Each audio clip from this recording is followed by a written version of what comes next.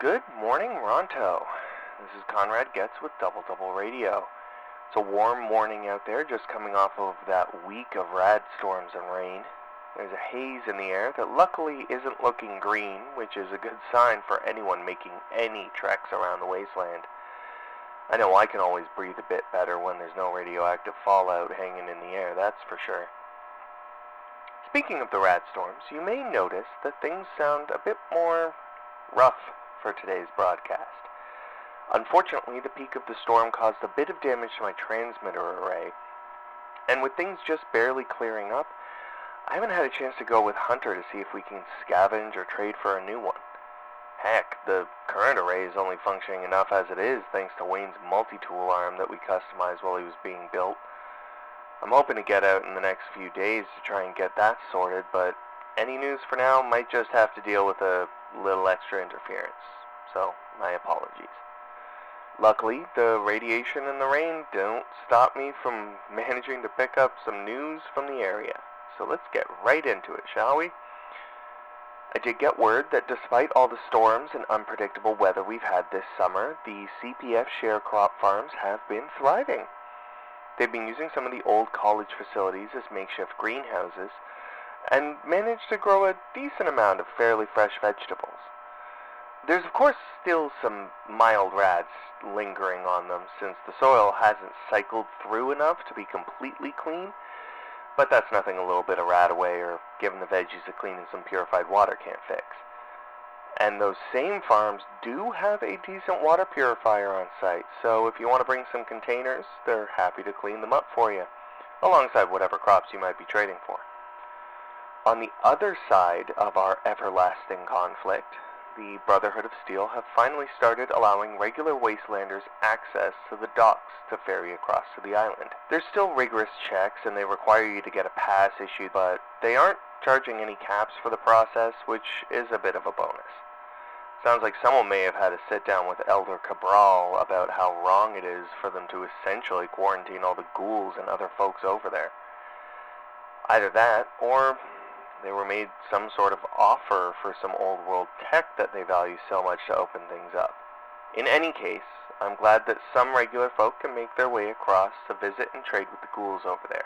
Ferries across are hourly, starting around 8 a.m. and going until around midnight for the last one to make dock. The noon and 6 p.m. ferries are encouraged for any pack brahmin to be on board, as those are the only times the flatbed boat runs. In other words, plan your trips accordingly. I'm not really sure how to report on this, but there's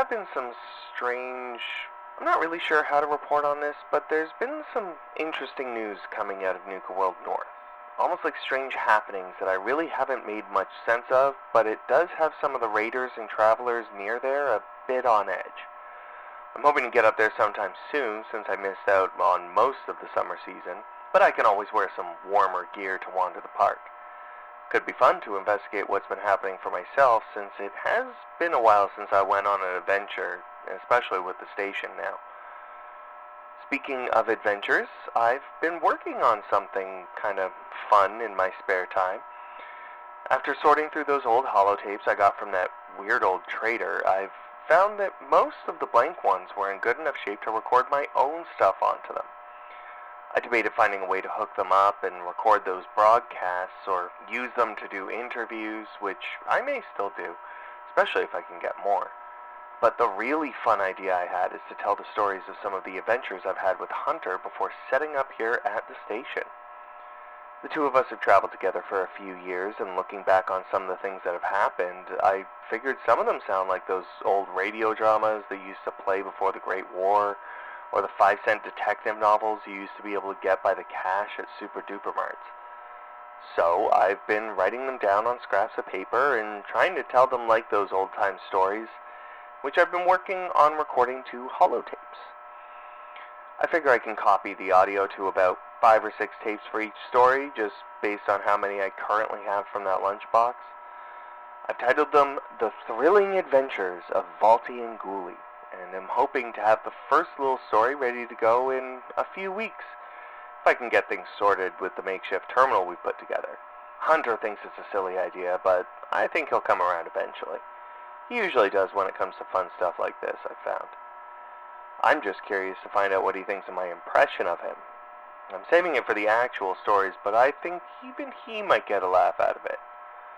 I hope to be able to put together a small display at Maple Sap Salvage when I have them ready, along with some little comic booklets that I might draw up if I have the time. I'll at least have a fun little board to go with them to catch the attention of traders coming through. There'll probably be a few caps each, but that'll be something I have to figure out with Gibbons when I have it all ready to go. Well, that is it for another broadcast, Ronto. I gotta get into Eden Central to try and see a guy about a new transmitter array, which is gonna cost me quite a little bit. Luckily, I have some extra stuff for bartering, but something important like this could be tricky to negotiate on if they're not in the market for scrap or old guns. This has been Conrad Getz signing off for Double Double Radio. Have a wonderful day, and remember, bullets and ammo can be hard to find, but you know what doesn't need reloading? A knife. Think about it.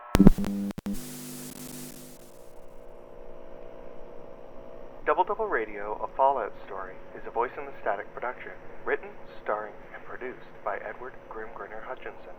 You can find Double Double Radio on Instagram, Facebook, and other social media sites, and there's a merch store through Etsy. Links are in the episode description. Double Double Radio is also made possible with the love and support of listeners and Wastelanders like you.